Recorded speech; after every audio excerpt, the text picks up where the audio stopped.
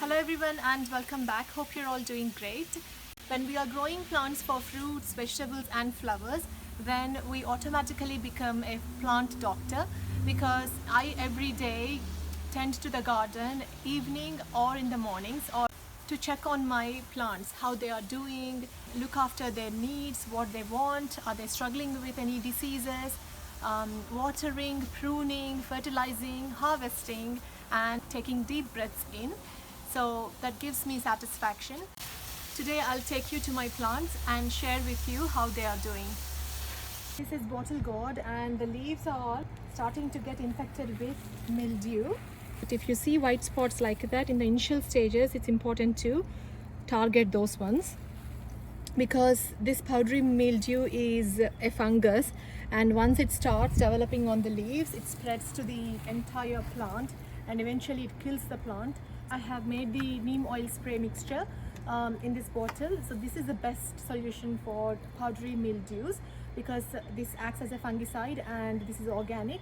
I have made an entire video on how to make neem oil spray. I'll leave the link in the description box. Please check it out. Basically, when you see signs like that, we need to target that one before it spreads too much. Spray the leaves on both sides, especially on the infected areas. The main important thing is when you are spraying neem oil spray, make sure there is no direct sunlight. If there is direct sunlight, then leaves may burn, because this is oil. And drench the soil with neem oil spray as well. Make sure it is watered before you spray any pesticides or fungicides or fertilizers. Isn't this looking so beautiful? Look at the color. It's lime green. But the thing it does for the green leafy plants is a disaster. Then they turn into caterpillars, hungry caterpillars, and they munch on the leaves, and we won't have any leaves for our kitchen. Luckily, this is lying on this mesh. We've got this mesh, so our herbs are over there. These are the caterpillars that are munching on these leaves now. At this stage, if you spray BT on the leaves, then they eat BT spray, then these will die very quickly. I have made an entire video on how to use BT on your organic gardening. I'll leave the link down below in the description box. Please check it out. These are the eggs of the moths and butterflies, so they lay on the back of the... At this stage, if you spray BT, it is not effective. It's not going to work on these ones. They have to form into larvae stage. That's when the BT is effective. They might hatch in a couple of days, so it's important I spray the BT for continuous span of 2 to 3 days. Then this will protect the leaves from further damage. We are not eating this plant for leaves, so it's okay. But the leafy greens I have, they are in that screen. This is called screen. We have this because we have mosquito in our place. That's why we had this, but luckily this screen protects from moths and butterflies. So all the green, especially this one, this is called amaranthus or totakura in Telugu language. This was infested with lots of caterpillars, but as this is inside the screen, it's free from bugs, especially these caterpillars. And we had this place allotted for all the green leafy vegetables. This is pepper, bell pepper. This is tomato, determinant variety. I thought this is going to die, but I see new fruits on the top and new flowers coming up on the top, so I will tie this securely so that it doesn't snap. This is rosemary. Did you see the flowers here on the rosemary plant? Oh, it smells amazing. This is the flower. This smells amazing. This is 𝐾𝐚𝐯𝐚, carom seed leaves. This is the chili plant. I have transplanted this into this pot. We took this pot, this size pot, and we made a hole like that, and then place this pot here. We're going to add potting mix into this one. So this is good soil. We have got raised bed here. We just want to make sure have enough depth for the roots to spread through using this technique. And also, if you have moles or rodents in your garden, it protects from them tilling the soil. And they put soil in there now, and before we transplant, make sure it is thoroughly watered, because when the roots are dry and if you transplant, the plant won't be able to take the shock and it won't survive. So when the roots are wet, then there's more chances for it to grow back.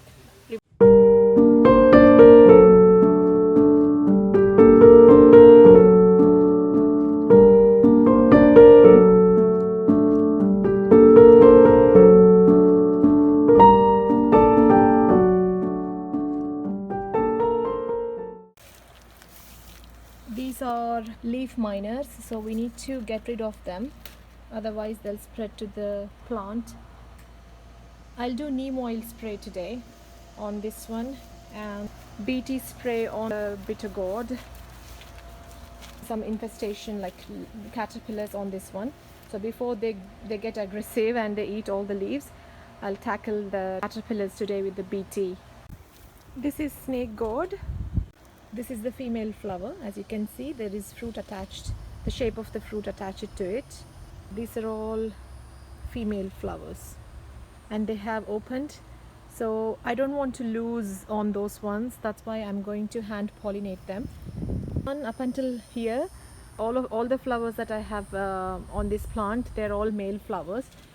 This is the first time I'm seeing female flowers, so I'm going to hand pollinate them. For the male flower, you don't see the fruit attached or the vegetable attached at the back of the,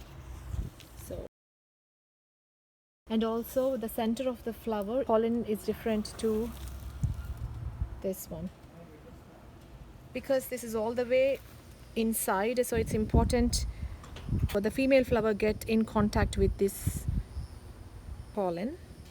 So one male flower pollinate at least 2 to 3 female flowers. So I'm gently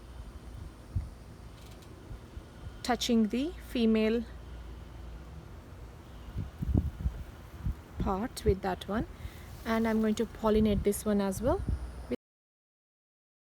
This is aubergine plant and I have transplanted it this morning because it was crowded in one pot, so I moved this to a bigger pot here. But the problem with this is this pot is already in the ground, so I can't move. This is the only space I have left to transplant. When it is a hot day and you can't move your pot into a shade place, then there is a simple trick I used. Take a pot like this, the size that fits into the plant. So I have cut the base of the pot like so. Just place this on the top of the plant like that. So this is the easiest way to protect your plant if you can't move the pot into the shade place. As you can see, it's protecting the newly transplanted plant from the blazing sun. This is the other aubergine plant that I have transplanted this morning. So one did the same with this one since this morning, because the sun was blazing on this one directly. So as you can see, this hasn't wilted. This is still intact. So that's the easiest way if you can't move your pots into the shaded place. Just make sure it's not crumbled. At least for 3 to 4 days, make sure it's not directly exposed to the sun. And then like you can take the pots away, these ones away after 4 days. After cutting the stem off, this curry leaf plant is doing really good. There are new shoots coming up and it's doing well. I hope this will continue like this, and I'll give you an update. As a fertilizer, I'm going to use fish emulsion or fish fertilizer. This one is really good. It's an all-rounder for all your plants, including your flowering and vegetable plants in your garden. I usually use this every 7 days. It has got nitrogen, phosphorus, potassium, and also traces of things like calcium, magnesium, sodium, all these things which are essential for your plant's health. This is the go-to one I use, and every 3 days sometimes I use onion peel fertilizers, and banana peel fertilizers. I'm going to give this fertilizer. I have thoroughly watered the plants before I give the fertilizers, and this is really good for the plants. When you see spent flowers on your flowering plants, it's important to take them off. Here I have got roses. I have made an entire video on how to deadhead. I'll leave the link in the description box. So it's important to take these spent flowers off the roses. Then we will have more new blooms from these bits.